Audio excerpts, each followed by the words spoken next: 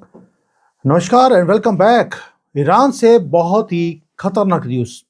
आपने देखा है कि मैंने पिछले हफ्ते 10 दिन में कोई वीडियो में ईरान के ऊपर नहीं बना पाया, क्योंकि जो मेरा आदमी वहाँ पे ईरान में है, मैंने बहुत बड़ा काम किया उसके साथ, उसका इंटरनेट बंद था। स्टारलिंक का डिवाइस था, उसको ब्लॉक कर दिया गया। मेरे पास इंफॉर्मेशन नहीं आ रही थी। अब जो इंफॉर्मेशन आई है वो 3-4 चीज़ें हैं। एक, ईरान में है कि वहाँ पे अर्थक्वेक्स आने शुरू हो गए।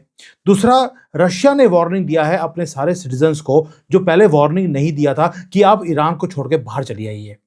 उधर से अमेरिका ने जो शिप्स अपनी वेनेजुएला के पास खड़ी करी थी, वो सारी ईरान के पास भेजनी शुरू कर दी हैं। और कुछ और न्यूज़ हैं उसके आसपास के एरिया की। इजराइल से भी कोई बहुत बड़ी न्यूज़ आ रही है। ये सारे कनेक्ट करेंगे और कनेक्ट करके देखते हैं कि हो क्या रहा है। पहली बात यह है कि जो ईरान है उसकी धरती हिल रही है, लिटरली हिल रही है। एक बार दो बार नहीं, 99 टाइम्स, यानी कि 99 अर्थक्वेक आए हैं पिछले 6 दिनों में। ये नॉर्मल एक टेक्टोनिक एक्टिविटी नहीं है। ये पैटर्न है जो बताता है कि कुछ एबनॉर्मल ईरान के अंदर हो रहा है। एंड हो क्या रहा है, हो कब रहा है? जब दुनिया का सबसे बड़ा फियर है कि ईरान के पास न्यूक्लियर बॉम्ब ना आ जाए। और ये जो सेस्मिक जो एक्टिविटीज हैं, जो उनके न्यूक्लियर साइट्स हैं, उसके पास अर्थक्वेक्स पाए गए हैं। सेस्मिक डाटा जो है वो ये बताता है एक चीज का, कि भाई वहां पे कुछ ना कुछ तो गड़बड़ है, धरती हिल रही है। लेकिन अगर आप आसमान की तरफ देखें, समंदर की तरफ देखें, तो वहां पर भी यूनाइटेड स्टेट्स बहुत बड़ी एक चेस की मूव्स उसने करनी शुरू कर दी। एयरक्राफ्ट कैरियर्स ऑलरेडी शिफ्ट कर रहे हैं अपने लेन्स को, वो जा रहे हैं वहां पर। और मॉस्को ने भी बता दिया कि something terrifying is going to happen. Russia का एक एडवाइजरी आई है अभी कि any moment a strike can happen. अब मैं क्यों बोल रहा हूं, आप पहले देखिए वेनेजुएला का। डोनाल्ड ट्रंप का काम करने का एक स्टाइल है, पहले वो पूरी प्रिपरेशन करता है। वेनेजुएला के पास उसने पहले पहले शिप्स को, अपने इंटेलिजेंस को, अपने प्लेन्स को वो वहां पर घुमाता रहा। 2 महीने तक लोगों ने वीडियो बना बना के पागल हो गए कि यार स्ट्राइक कब होगा। और जब किसी ने एक्सपेक्ट नहीं किया था, जब उसके पास स्पेसिफिक इंफॉर्मेशन थी कि मादुरो कहां बैठे हैं, वहां पे जाकर रात को उठा के ले गए। पूरे के पूरे जो सेट है, जो सेम पैटर्न जो वेनेजुएला में देखा, वही पैटर्न आपको ईरान में दिखाई देता है। अब आप देखते हैं, थोड़ा सा कनेक्ट करते हैं डॉट्स को कि हो क्या रहा है। पहले बात करते हैं नंबर्स की। जनवरी 10 से लेकर जनवरी 16 एक इम्पॉसिबल एक्टिविटी, जो 99 अर्थक्वेक्स आए, मैंने बता दिया आपको। अब हो क्या रहा है? हो ये रहा है कि जो 72 उसमें से 72 जो अर्थक्वेक्स आए हैं, वो मैग्नीट्यूड था 3.0 का, 3 रिक्टर स्केल के ऊपर उसकी आ रही थी। वो फील भी हुआ नहीं कि भी एक अर्थक्वेक आया है। लेकिन जो 21 थे वो थे 3 और 4 के बीच में, और 5 बड़े अर्थक्वेक थे जो 4 और 5 से ऊपर हैं। एक तो 5 को भी क्रॉस कर गया। आपको याद है जब हमने नूर खान बेस में जाकर हमने वहां पर ब्लास्ट किया था पाकिस्तान के अंदर, तो वहां पर 1 महीना ब्लास्ट बंद नहीं हुए थे। वो बॉम्ब ब्लास्ट के बॉम्ब ब्लास्ट होते रहे, क्योंकि उनके सारे हथियार वो अंदर धरती में ही वो फटते रहे, और हर रोज अर्थक्वेक पाकिस्तान में आ रहा था। वही चीज अब ईरान में होती हुई आपको दिखाई देती है। और ये जो नंबर है 4 और 5 के बीच में, ये तभी आता है जब आप कोई न्यूक्लियर बॉम्ब को टेस्ट करते हैं या न्यूक्लियर बॉम्ब फटता है ना। जो जियोलॉजिस्ट हैं वो क्या बोल रहे हैं, भाई ये तो होता रहता है। भाई होता रहता है, एक हफ्ते में ही आपको 99 मिल गए। अगर आप पूरा का पूरा ईरान देखेंगे तो वहां पे जो उनके स्पेसिफिक प्रोविंसेस हैं, जैसे खोरासान है, यज़्द है, करमान है, ये वो एरियाज हैं जहां पर अर्थक्वेक्स आए हैं। लेकिन मोस्ट क्रिटिकल एरिया था जिसका नाम था इस्फहान। इस्फहान मैटर इसलिए करता है क्योंकि वो ईरान का न्यूक्लियर प्रोग्राम का वो साइट है। रिसर्च रिएक्टर्स है वहां पर, फ्यूल फैब्रिकेशन होती है। और जब वहां पे ग्राउंड शेकअप होने शुरू हो गए, वो भी 1 हफ्ते के बीच में, इसका मतलब है कुछ तो इन्होंने टेस्ट किया है। टेस्ट किया है या बर्बाद हुआ है, ये बाद में पता लगेगा। अब जब यहां पर अंडरग्राउंड डेटोनेशंस हो रही हैं, ये तो कंफर्म्ड है कि वहां पे डेटोनेशंस हैं एंड धरती हिल रही है, लेकिन जो सिग्नेचर्स हैं वो डिफरेंट है। इसलिए पैनिक वो आना शुरू हो गया पूरे दुनिया में। टाइमिंग भी सस्पिशियस है। टेंशंस इजराइल के साथ बढ़ रहे हैं, यूएसए के साथ बढ़े हुए हैं, और धरती हिलनी शुरू हो गई। इसका मतलब है ईरान के पास न्यूक्लियर बॉम्ब आ चुका है या उसको मिल गया है। अब लेकिन रिसेंटली न्यूज भी आई थी कि ईरान को चाइना हेल्प कर रहा है कि अमेरिका की दादागिरी को खत्म करना है इस एरिया में। चाइना नहीं चाहता कि ईरान उसके हाथ से निकले। हो सकता है चाइना ने उनको न्यूक्लियर बॉम्ब दे दिया हो कि बेटा ये लो न्यूक्लियर बॉम्ब, अमेरिका जब आया तो दाग देना उनके ऊपर। अब ये तो हो गया ईरान का मैटर। अब दूसरा आते हैं इजराइल के ऊपर, जहां पर स्टोरी और भी ज्यादा स्ट्रेंज बननी शुरू हो गई। अगर आप देखेंगे इजराइल को, तो जनवरी 14 को वह पता लगा कि वहां पर भी एक एक्टिविटी हुई है, वहां पर भी अर्थक्वेक आ गया 4.2 स्केल का। वो तेल अवीव में नहीं आया, जेरूसलम में नहीं आया, लेकिन वो आया डिमोना में। अब डिमोना इतना इंपॉर्टेंट क्यों है? क्योंकि उनका जो न्यूक्लियर रिसर्च सेंटर है वो डिमोना में है, और वहां पे सायरन्स बजने शुरू हो गए और इमीडिएटली पैनिक आ गया कि शायद इजराइल के ऊपर न्यूक्लियर अटैक हो गया है।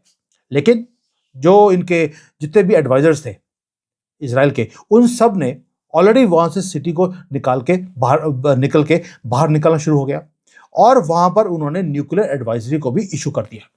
अब दो कंट्रीज, दे आर माइल्स नहीं, thousands of miles away from each other, Israel और ईरान, दोनों के अंदर सेम टाइम पर एक सेस्मिक एक्टिविटी होती है। क्या एक कोइंसिडेंस है? और दूसरा, दोनों की जो मोस्ट सेंसिटिव साइट्स हैं उसी के बीच में ये सारी एक्टिविटी होती है। किसी ने बोला, और ये जो इजराइल है उसने अभी कुछ दिन पहले ही बोला था कि हम एक ड्रिल कर रहे हैं अर्थक्वेक टेस्टिंग करने के लिए। अर्थक्वेक टेस्टिंग की ड्रिल भी होती है, मुझे पहले पता नहीं था, और वो भी डिमोना एरिया में। क्या एक कोइंसिडेंस है? जियोपॉलिटिक्स के अंदर मैंने एक चीज नोट कर ली कि कोइंसिडेंस कभी होता नहीं है। एंड थ्योरी क्या है? थ्योरी है सिग्नल की।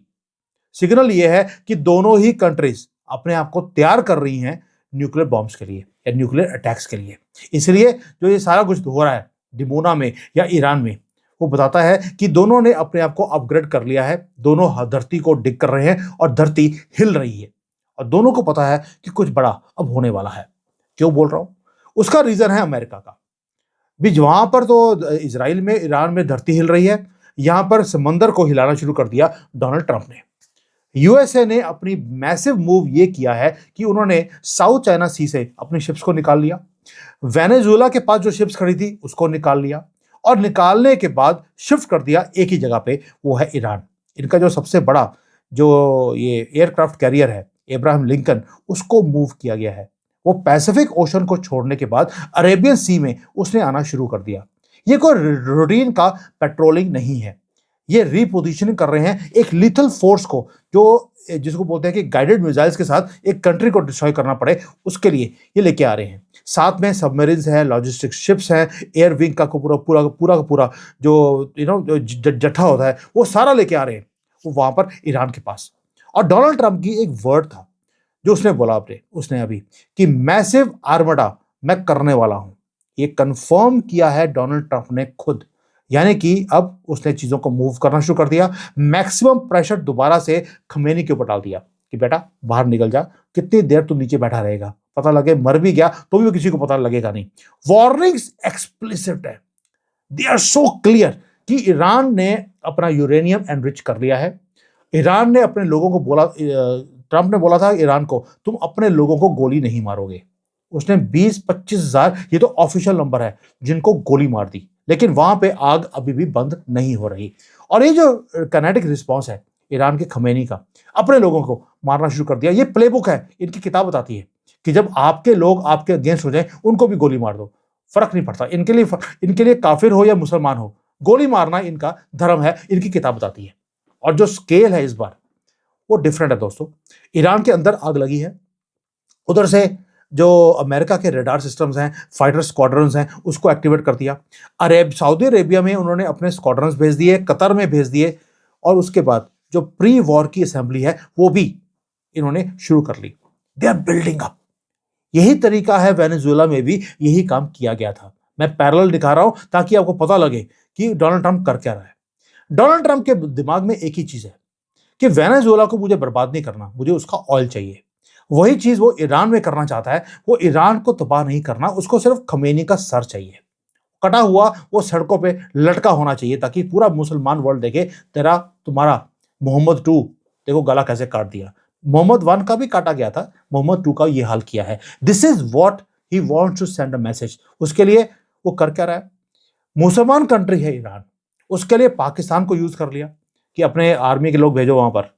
वो बेचारे वो तो हाँ करने के लिए तैयार रहते हैं। उन्होंने अपने आर्मी के लोग भेज दिए। उधर कतर है, सऊदी अरेबिया है, ग्रीस है, इन सबको भी एक्टिवेट कर दिया, सीरिया को भी एक्टिवेट कर दिया कि इस युद्ध में मुझे तुम सबका साथ चाहिए, ताकि ईरान को, कि खमेनी को, उसकी फैमिली को हमने खत्म करना है। साइंस बिल्कुल क्लियर है, ये होकर रहेगा। क्यों बोल रहा हूं? जब आप जियो पॉलिटिक्स में देखते हैं हर चीज को, तो आपको समझ आती है कि हो क्या रहा है। जब रशिया जैसी कंट्री, जब वो स्मोकिंग गन पे आ जाए कि भाई उन्होंने बोल दिया, पहली बात है उसने बोला कुछ नहीं, चुप है, अपने सिटीजन्स को बोल दिया बाहर निकल जाओ। उसका रीजन क्या है? रशिया और ईरान दोनों एलाइज हैं, दोनों इंटेलिजेंस की शेयरिंग करते हैं, दोनों वेपन्स भी शेयर करते हैं। यूक्रेन के वॉर में ईरान ने ही अपने जो ड्रोन्स थे वो रशिया को दिए थे, जब रशिया शुरू में हार रहा था। अब दोनों का जो एनिमी है वो भी कॉमन है, वो है अमेरिका। पब्लिकली रशिया क्वाइट है, लेकिन डिप्लोमेटिकली, प्राइवेटली स्टोरी डिफरेंट है। उसने ट्रैवल एडवाइजरी अभी अभी इश्यू करी कल रात को, जिसमें बोल दिया कि आप अननेसेसरी ट्रैवल ईरान का बंद कर दे, जो वहां पर बैठे हैं वो भी वहां से बाहर निकल जाए। और आपको मालूम है रशिया एक स्टेबल कंट्री है और स्टेबिलिटी के बारे में वो बात करता है, कंट्रोल के बारे में बात करता है। जब वो अपने लोगों को बोलना शुरू कर दे भाग जाओ, इसका मतलब है कि उनके पास इंटेलिजेंस की कोई रिपोर्ट आ गई है कि कुछ होने वाला है। सोच के देखिए कि व्लादिमीर पुतिन, उनके पास इंटेलिजेंस की सर्विसेज पूरी पूरी हैं, पूरे दुनिया में फैली हुई हैं, और उनको मालूम है कि अमेरिका की स्ट्राइक इमिनेंट है। तभी उन्होंने बोल दिया आज या कल में अमेरिका स्ट्राइक करने वाला है, भाग जाओ, आप इसको रोक नहीं सकते। और अपने लोगों को बोल दिया डोंट स्टे देयर। ना ही टूरिस्ट, ना ही डिप्लोमेट्स, किसी को भी वहां पे रहने की परमिशन नहीं है। You have to leave the country. दोस्तों, अमेरिका ने ऑलरेडी बोल दिया कि जो उनकी टोमाहॉक्स हैं वो तैयार हैं, उनके पैट्रियट मिसाइल्स तैयार हैं, वार्निंग सिग्नल्स उन्होंने देने शुरू कर दिए, और वॉर रूम दोबारा से क्रिएट कर दिया गया है। डोनाल्ड ट्रंप ईरान को छोड़ देगा, ऐसा हो नहीं सकता। उसके रीजन दो हैं। एक, खमेनी का मरना पूरे दुनिया में शांति लेके आने के लिए बहुत इंपॉर्टेंट है। दूसरा, चाइना का जो दबदबा है ईरान में, उसको खत्म कर रहा है, क्योंकि चाइना वहां से बहुत सस्ते में तेल खरीद रहा था इलीगली। वेनेजुएला का बंद हो गया, अभी ईरान का बंद करना जरूरी है। इसलिए खमेनी का मरना भी जरूरी है, और दुनिया में शांति लेके आने के लिए ये बड़ा इंपॉर्टेंट है। अब आते हैं कि टाइमिंग बड़ी इंपॉर्टेंट होती है जियोपॉलिटिक्स में। अब टाइमिंग देखिए, इंटरनल प्रेशर ऑलरेडी ईरान के अंदर चरम सीमा के ऊपर है। सिटीज जल रही हैं, इंटरनेट बंद है, प्रोटेस्ट कम होने का नाम नहीं ले रहे, इकोनॉमिक कोलैप्स है, इन्फ्लेशन ऐसी है कि लोगों का जीना हराम हो गया। रजीम जो है, पूरी की पूरी गवर्नमेंट, वो कॉर्नर्ड है। वहां पर 20-25 हजार लोगों को मारा गया, मास एग्जीक्यूशन हुई हैं, सब कुछ बंद है। और डेस्परेट जो रजीम है वो एक ही काम कर रही है, we are ready for a war. War किसको कर रहे हैं? इजराइल, अमेरिका, पूरी दुनिया लगी है कि खमेनी को मारना है। वो कहता है मेरी कंट्री खत्म हो जाए, मैं सरेंडर नहीं करूंगा। अब देख लेना, एक दिन ये सरेंडर करता हो, दिखाई भी देगा। अब उसने क्या बोल दिया कि स्ट्रेट ऑफ हॉर्मुज जो है उसको मैं ब्लॉक करने वाला हूं। अब ये इंपॉर्टेंट क्यों है? ये रेड लाइन है वैसे, क्योंकि 20% से ज्यादा जो दुनिया का तेल है वो उस पास में से निकल के जाता है। और ईरान ने बोल दिया मैं इसको ब्लॉक करूंगा। अमेरिका बोलता है यूएस आर्मडा, दैट्स इट, मैं तुम्हें भी बर्बाद करूंगा। तुम्हारा जो ये बार बार का स्यापा है कि मैं तुम्हारा ये ट्रेड ऑयल के रूट्स को बंद कर दूंगा, ये मैं कभी होने नहीं दूंगा। अमेरिका कुछ भी कर सकता है तेल के लिए, इसलिए, और वो ईरान का तेल निकालने वाला है। दोस्तों, अगर आप पूरी बड़ी पिक्चर देखें, आपको पता लगेगा कि जब कनेक्ट कर देंगे डॉट्स को, 99 अर्थक्वेक्स न्यूक्लियर साइट्स के पास ईरान में, साइमल्टेनियसली इजराइल के पास भी न्यूक्लियर जो साइट है उनकी, वहां पर अर्थक्वेक। उधर से अमेरिका के जो करियर स्ट्राइक ग्रुप्स हैं उन्होंने चार्ज अप करना शुरू कर दिया पर्शियन गल्फ के अंदर। रशिया क्वाइटली लोगों को बोल रहा है अपने बैग्स को पैक करो, भाग जाओ। रशिया कभी भी अपने लोगों को भागने के लिए नहीं बोलता। अगर आप पूरे के पूरे मूव देखेंगे, पीसेस को सारे मूव कर रहे हैं एक ही डायरेक्शन में, और डायरेक्शन है कोलिजन। और ये वार्निंग साइन है, और इस बार रुकेगा नहीं। डिसीजन ऑलरेडी बन गया है, वॉर जोन तैयार कर लिया गया है, और स्ट्राइक हो सकता है आज हो जाए, कल हो जाए, हो सकता है हफ्ते के बाद हो, लेकिन जो धरती है उसने ऑलरेडी शेकअप करना शुरू कर दिया। इसका मतलब है कि something is going to fall, क्योंकि धरती हिल रही है, कोई ना कोई बिल्डिंग गिरने वाली है। इसलिए बोल रहा हूं, वेट एंड वॉच। इस बार ईरान के लोगों के साथ अमेरिका खड़ा है, और अमेरिका ने बार बार बोला है, हमने लास्ट टाइम गलती करी थी, हमने आपको सपोर्ट नहीं किया, इस बार सपोर्ट ना तो बंद होगा और ना ही हम पीछे हटने वाले हैं। डोनाल्ड ट्रंप की तरफ से चुप्पी है, और यह चुप्पी तभी हुई थी जब वेनेजुएला के प्रेसिडेंट को भी उठा के लेके जाना था।